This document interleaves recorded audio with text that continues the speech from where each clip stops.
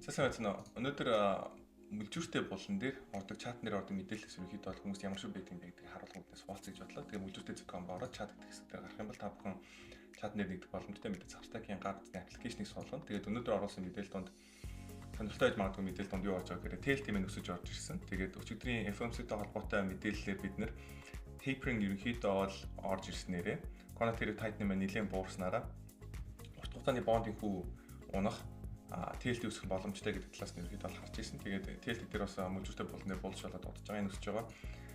10 technical индикаторуудыг нэгтгэсэн энэ хүү үзүүлэлт маань бас зүйлдээс судалдаж авах сигналууд ерөөдөө өгсөн. Тэгэхээр technical талаас зах зээл маань аль хэдийн oversold буюу худалдаж авах тохиромжтой түвшин дээр байна гэж үзэж байгаа.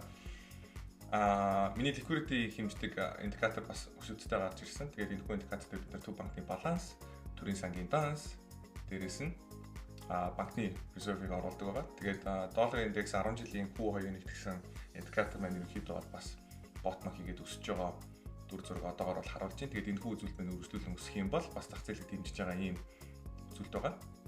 Wixing curve маань буцаад хэвэндээ орсон. Backwardationтэй байж байгаа нормал болсон. Яг нь яг 1 сарын хугацаатай curve дээр жоохон асуудалтай харагдаж байгаа. Гэхдээ энэ бол bullish мэдээлэл байсан. Тэгээд өөрөөр хэмжиж болдог. 3 сарын spot-тай харьцуулаад 2 сарын 4 сарын spot-тай харьцуулаад харж болдог. Тэгээд эндээс бас харах юм бол 0-ын дээр гарч ирээд бас эргээд bullish болж байгаа. Тэгээд энэ жил хамгийн өсөлттэй байсан одоо орны хувьцаа юу байсан бэ гэхээр Хятад, Герман, UK байсан. Хятад хамгийн өндөр өсөлттэй. Сүүлийн 1 жилийн үзүүлэлтээр ч гэсэн Хятад, Герман, UK бас адилхан тэргүүлээд явж байгаа. Тэгээд Америк болохоор он гарснаас хойш 359% уналттай ийм үзүүлэлт явж байгаа. Тэгээд Имраны бас сүүл оруулсан мэдээлэл бас маш чухал мэдээлэл юм шиг санагдлаа. Тэгээд энэ маань юу байсан бэ гэхээр өчигдөр Паул ярихтай мэдээж dovish сонсогдсон.